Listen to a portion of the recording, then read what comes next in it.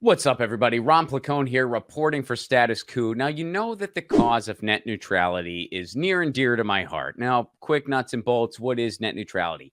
Net neutrality is the law that keeps the internet free and open. It's a law that prohibits internet service providers, i.e., big cable, Comcast, AT&T. It prohibits them from creating fast lanes and slow lanes that they can put customers in for internet access. It prohibits them from letting certain websites load faster than others based on their ability to pay. Without net neutrality, we could see a scenario where, hey, Fox News, CNN, MSNBC, your content's going to load really fast because you can afford to pay the fees. But something like Status Coup, you guys, nope, you can't afford those fees. You're independent media. So you're going to load as slow as dial up. Tough cookies. We need to make money. And for those of you who may be too young to know what dial-up is, go ahead and Google it. It was really freaking slow. It was really freaking slow. Basically, without net neutrality, the internet could look like cable television 2.0, where the internet is just based on access, and they can really dictate what you see in here. So we've had net neutrality since the advent of the internet. Some people that are against net neutrality, which, by the way, over 83% of Americans are in favor of net neutrality, and that goes across political lines. Net neutrality is not a left issue or a right issue. It's an issue of, do you want the internet to be free and open or don't you?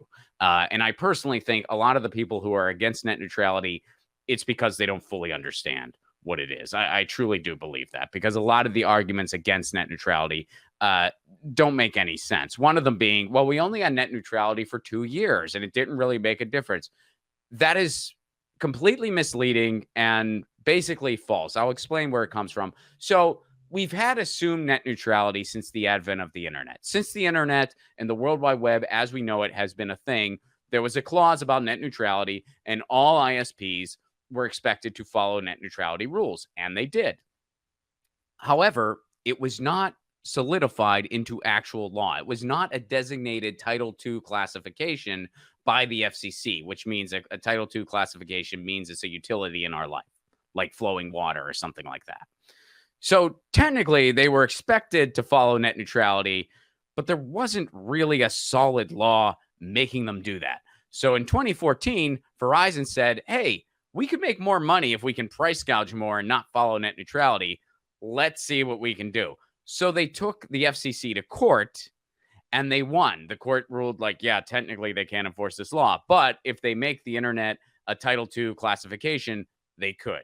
So in 2014, that lawsuit happened. In 2015, the people were loud as hell, and they forced Tom Wheeler and the FCC to make the internet a Title II designation, and then we got actual net neutrality on the books. And they were like, sorry, Verizon, we know you were looking to mess around, you and the rest of big cable, but you're not going to get to. Now net neutrality is official on the books. And then when Trump's FCC came in, they repealed that. But people kept fighting, and we got state net neutrality laws passed. One of the laws is here in California. We have net neutrality in California. Because certain states have it, that has pretty much limited the internet service provider's ability to unroll anti-net neutrality packages. Because if you want to unroll an anti-net neutrality package, but you can't unroll it in New York or California, well, that's going to make it really difficult for you. So basically, we've always had net neutrality. When people use, well, we only had it for 2 years. Yet technically, officially on the books for 2 years, that is technically true, but that's an incredibly misleading way to look at it because everyone was following net neutrality before that. We don't know what a post-net neutrality internet would be like yet. We just know there's different, for instances, where they've pushed their luck, like when they were throttling firefighters' data when they were fighting wildfires in California. Without net neutrality, that becomes a lot easier for internet service providers to do. So we know areas where they've pushed their luck, but we've not seen the effects of a post-net neutrality internet yet. So that's why net neutrality is a very big deal. Joe Biden, not a big net neutrality advocate, started his campaign with a bunch of Comcast executives, but because of the Bernie Biden task force, Biden did promise a pro-net neutrality FCC appointee, which would give us a 3-2 majority pro-net neutrality versus anti-net neutrality at the FCC. Biden did finally keep that promise. He took his time, but he finally nominated Gigi Sohn, a very qualified FCC appointee. She has served in the past. There was a huge smear campaign against her, and it was drawn out for years, and it was finally successful. She finally withdrew her nomination. Some of you may recall we covered her hearing live here at Status Coup. It was absolutely disgusting. It was basically a Ted Cruz theater show. It was repulsive. And honestly, nobody really defended her that much because, let's be real, Biden didn't care that much. So she had to withdraw her nomination. Now, usually an FCC appointee takes a matter of weeks. In the case of the Biden administration, it has taken years. It has taken about 3 years. But we're finally there. He appointed a new FCC appointee to fill in that vacant slot, Ana Gomez, who is pretty quiet about her views, but has confirmed recently she's pro-net neutrality, which is basically the important thing. Are they pro-net neutrality? Are they a yes vote on net neutrality? And here you go. Good news. Senate confirms Ana Gomez to the FCC, breaking the deadlock. This just happened. The Senate on this past Thursday confirmed Ana Gomez to serve on the FCC, ending a stretch where the agency did not have a fifth seat filled that has lasted since President Biden took office. Again, that's historic. Historic. All of Trump's FCC picks took a matter of weeks, just to give you perspective. It's been years. And by the way, and a lot of it is because, Biden himself doesn't care that much, and there was a bunch of right-wing opposition to Gigi Sohn.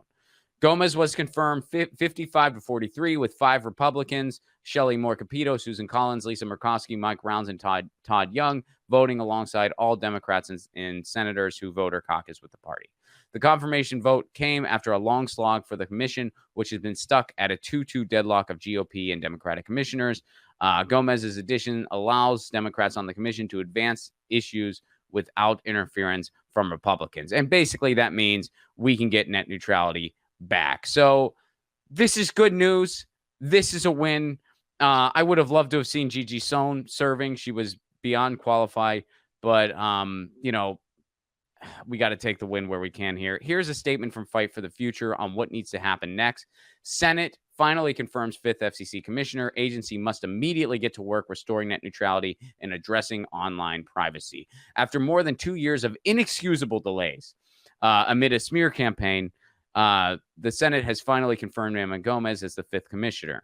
So here's what Fight for the Future has to say. The FCC can't afford to waste a single second. Now that the agency has a full slate of commissioners, they should move immediately to reverse Trump's disastrous repeal of net neutrality and reinstate basic oversight of telecom monopolies. Restoring Title II net neutrality in full should be a given, but there is so much more that the FCC can and should be doing to close the digital divide and protect human rights and free expression. The FCC should conduct a rulemaking on privacy and use every ounce of authority it has to crack down on the collection and sale of sensitive information like cell phone location data, which can be used to target people engaging in First Amendment protected activities or people seeking abortion and gender-affirming care. And the agency should adopt the strongest possible rules against digital discrimination in November, doing everything in its power to crack down on discrimination within the telecom industry and ensure marginalized communities have access to affordable open internet free from censorship and surveillance. Finally, the Senate must act quickly to reconfirm Commissioner Jeffrey Starks to ensure that there are no more disruptions in the FCC abilities to do its job, protecting the Americans' public's rights and to communicate and access information. And Congress should pass the Net Neutrality and Broadband Justice Act to ensure that the essential human right to connect is protected. Please go to battleforthenet.com. Again, that is battleforthenet.com. Let me scroll up so you can see it. Battleforthenet.com, and demand, now that the FCC is finally fully staffed, they can work to restore net neutrality. Demand they do it as quickly and swiftly as possible. Go to battleforthenet.com. We got to keep the pressure up. This is a win. We finally have a pro-net neutrality appointee. It's been promised since the day Biden took office. It finally freaking happened. But there's still work to do to make sure they act swiftly so that we get net neutrality back at the federal level. Again, battleforthenet.com. And After you sign the petition over at battleforthenet.com, you can go over to ronplacone.com and get tickets for October 21st in the Los Angeles area. I'm doing a comedy series right in my neighborhood of San Pedro. The first show features myself and Stephanie Blum. Stephanie Blum's one of my favorite comics in all of Los Angeles. You're going to love her. She's been on HBO. She's been on Nickelodeon. She's been on MTV. You can get tickets for that show at ronplacone.com. It's a Saturday night. We've had Status Coup people at every show this year, including out in Edinburgh, Scotland. So let's not end the streak. I want to see you right in my neighborhood, San Pedro, California, October 21st, Saturday night, Los Angeles. Grab your tickets now, ronplacone.com. And this is Ron Placone for Status Coup, signing out.